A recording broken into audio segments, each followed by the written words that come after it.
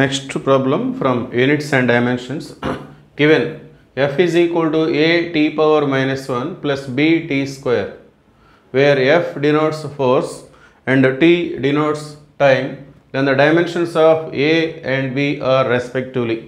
So, oka function ila icharu, force ane function is equal to a t power minus 1 plus b t square. So, f అనేది force ను denote చేస్తుంది, t అనేది time ను denote చేస్తుంది. అయితే ఈ small a small B యొక్క dimension formulas ఎలా ఉంటాయని చెప్పేసి అడుగుతున్నారు వాళ్ళు. సో ముందుగా గివెన్ ఈక్వేషన్ని మనం నోట్ చేసుకుందాం. So F is equal to A T power minus 1 plus BT square, ఇది వాళ్ళు ఇచ్చినటువంటిది. సో ఇక్కడ ఏబిల యొక్క డైమెన్షన్ ఫార్ములాస్ కనుక్కోవాలి అంటే మనం ప్రిన్సిపల్ ఆఫ్ హోమోజీనిటీని మనం ఫాలో కావాల్సి ఉంటుంది. So according to principle of homogeneity,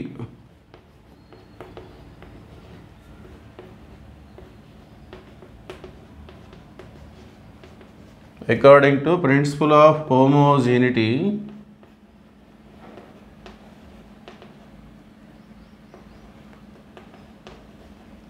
so ఏం తెలియజేస్తుంది ప్రిన్సిపల్ ఆఫ్ హోమోజీనిటీ అనేది?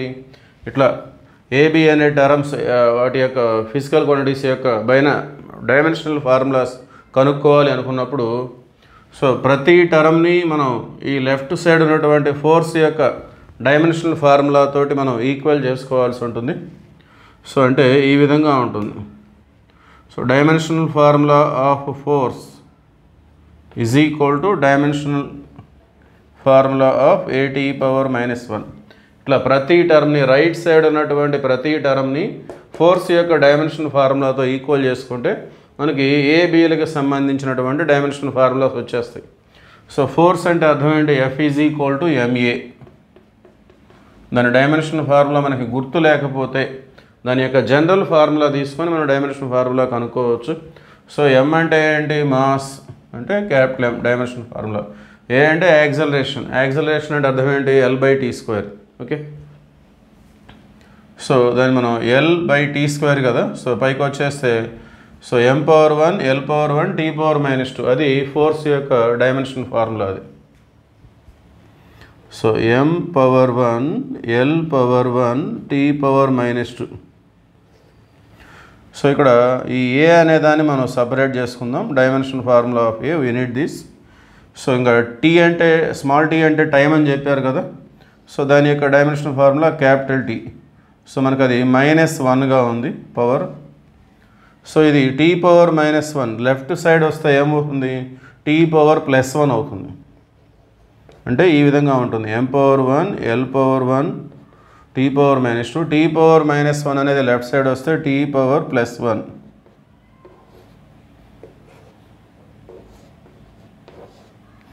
So finally the dimension formula of A is like this: M power 1 L power 1 T power -2 T power 1.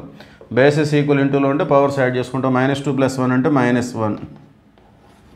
అంటే M power 1 L power 1 T power -1. This is the dimension formula of A. అట్లానే B యొక్క dimension formula కావాలంటే మళ్ళీ దీని యొక్క dimension ఫార్ములాని force యొక్క dimension ఫార్ములాతో ఈక్వల్ చేసుకోవాలి. Again dimension formula of force is equal to dimension formula of BT square.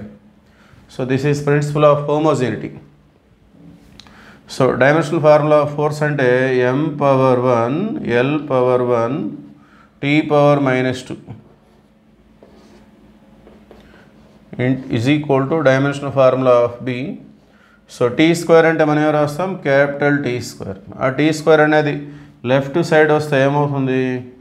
M power 1 L power 1 T power -2, ఇది ఆల్రెడీ మన దగ్గర ఉంది. ఆ టీ స్క్వేర్ ఇటు వస్తే టీ పవర్ -2 అవుతుంది.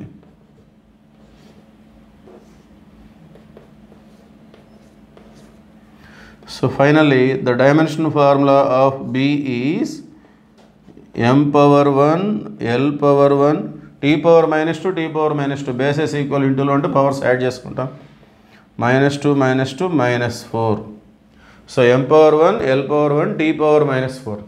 సో ఈ ఆప్షన్స్ ఎక్కడ ఉన్నాయి? ఫస్ట్ సెకండ్ థర్డ్ ఆప్షన్స్లో మాస్ అనేది లేదు. సో అవి వదిలేస్తే Option 4, m power 1, ml t power minus 1, ml t power minus 1, ml t power minus 4. Therefore, option 4 is the right answer. Okay. Thank you.